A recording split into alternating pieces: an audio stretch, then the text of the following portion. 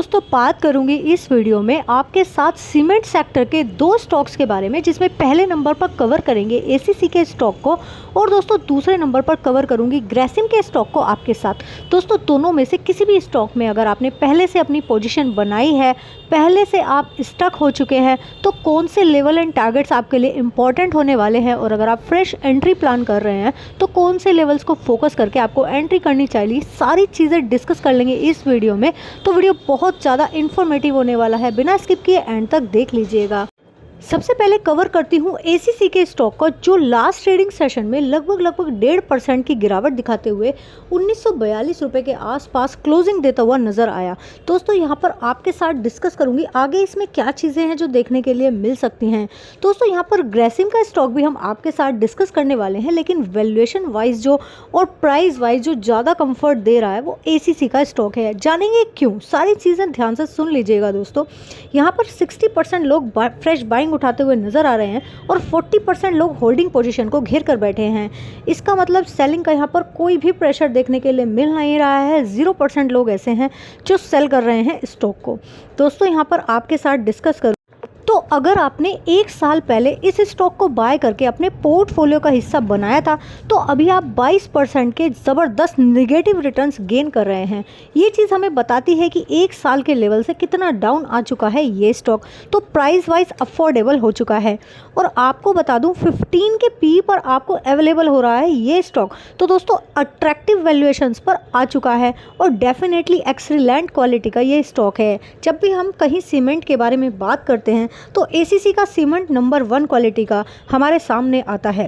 तो दोस्तों यहाँ पर बात करें प्रमोटर्स की होल्डिंग की, तो वो भी 56.69% के करीब की है, तो डेफिनेटली काफ़ी अच्छी परसेंटेज यहाँ पर बनी हुई है। अब बात कर लेते हैं यहाँ पर एक्सपेक्टेड टारगेट्स कौन से हैं जो आपको देखने के लिए मिल सकते हैं। तो दोस्तों मैं आपको बता दूँ 40 से 42% तक के गेंस इस स्टॉक में कहीं भी नहीं गए हैं। अगर आप थोड़ा भी पेशेंस रखते हैं, थोड़ा टाइम देते हैं मार्केट को, तो ये स्टॉक आपको 2700 से 2750 तक के टारगेट्स डेफिनेटली दिखाएगा और वहां तक के लिए आपको डेफिनेटली स्टॉक को होल्ड करके चलना चाहिए। नो डाउट काफ़ी अच्छी कंपनी है और काफ़ी अच्छे प्राइस पर इस समय अवेलेबल हो रही है। अगर आपने इस स्टॉक में पोजीशन बना ली है कहीं ऊपर के लेवल से बाय करके, तो दोस्तों एडिशनल ऐड करके भी चल सकते हैं, या फिर आप होल्ड पर बने रह सकते हैं। फ्रेश एंट्री करना चाहते हैं तो 90% कैपिटल आप इस स्टॉक में इसी लेवल से लगा करके स्टक होकर चल सकते हैं। ये बहुत बड़ी अमाउंट होती है दोस्तों, जो मैं आपको एक ही बार में बता रही हूँ कि ये लेवल्स इतने अच्छे हैं कि यहाँ से आप 90% कैपिटल भी लगा करके चल सकते हैं। अगर थोड़ा बहुत डाउन साइड आता है तो बाकी का 10% हम तब लगा कर चल सकते हैं। अब बात कर लेते हैं इसी श्रृंखला के अपने दूसरे स्टॉक के बारे में, जिसके दौरान मैं आपके साथ डिस्कस करूंगी ग्रेसिम के स्टॉक को। स्क्रीन पर मैंने आपके सामने लगा दिया है। दोस्तों यहाँ पर अगर बात करूं लास्ट ट्रेडिंग सेशन के दौरान लगभग stock flat to negative trade करता हुआ 2611 रुपये के आसपास क्लोजिंग देता हुआ नज़र आया है। दोस्तों यहाँ पर डिस्कस करें आगे इसमें क्या चीज़ें जो देखने के लिए मिल रही हैं, तो यहाँ पर 100% लोग बाइंग पोजीशन उठा रहे हैं। होल्डिंग पर कोई परसेंटेज नज़र नहीं आ रहा है, सेलिंग का भी कोई प्रेशर देखने के लिए नहीं मिल रहा है। लेकिन आपको बता दूं जो टारगेट्स यहाँ से हमें मिलने वाले हैं वो सिर्फ और सिर्फ 10 से 12% के रहने वाले हैं। तो दोस्तों उम्मीद करती हूँ कि जो रिटर्न्स हमें 10 से 12% के मिल रहे हैं और एसीसी सीमेंट में रिटर्न्स हमें 40 से 42% तक के मिल रहे हैं, तो आप समझ सकते हैं कि ज़्यादा पैसा बनने के चांसेस आपके कहाँ पर हैं। और स्टॉक प्राइस वाइज भी देखा जाए तो एसीसी आपको ज़्यादा कंफर्ट देता है। यहाँ पर बात करें स्टॉक, नो डाउट ये भी बहुत अच्छी क्वालिटी का है। अगर इस स्टॉक में भी आप पहले से इन्वेस्टेड हैं तो अभी होल्डिंग पोजीशन पर रहिएगा, स्टॉक को बेचने की जल्दी बिल्कुल भी मत कीजिएगा। यहाँ से जो एक्सपेक्टेड टारगेट्स आपको देखने के लिए मिल सकते हैं वो लगभग 12 से 13% तक के हो सकते हैं, जिसके दौरान ये स्टॉक आपको 2850 से 2900 रुपये तक आता हुआ नज़र आएगा। दोस्तों उम्मीद करती हूँ सारी चीज़ें आप अच्छे तरीके से समझ पा रहे होंगे। अगर आपके पोर्टफोलियो में ये स्टॉक पिछले एक साल से आपने बाय करके रखा है तो अभी आप 14% के अच्छे प्रॉफिट में बैठे हुए हैं। लॉस तो ये स्टॉक नहीं दे रहा है, तो कंपनी हम अंदाज़ा लगा सकते हैं कि काफ़ी अच्छी क्वालिटी की है।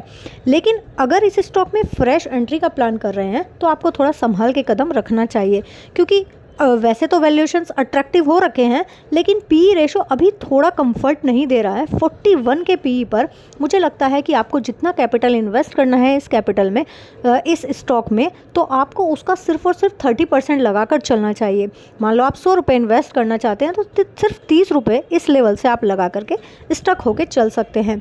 यहाँ पर बात करें प्रोमोटर्स की होल्डिंग की, तो 43% के करीब प्रोमोटर्स ने बनाई है, जो ठीक ठाक मानी जाएगी।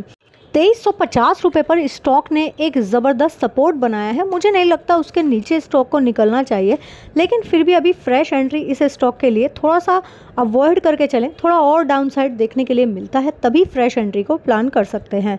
दोस्तों, उम्मीद करती हूँ जो भी चीज़ें इस वीडियो में हमने डिस्कस की हैं वो आपको अच्छी तरीके से क्लियर हो गई होंगी, लेकिन फिर भी अगर आपकी कोई क्वेरी रह गई है तो बिना किसी संकोच के कमेंट बॉक्स में कमेंट करके आप हमसे पूछ सकते हैं।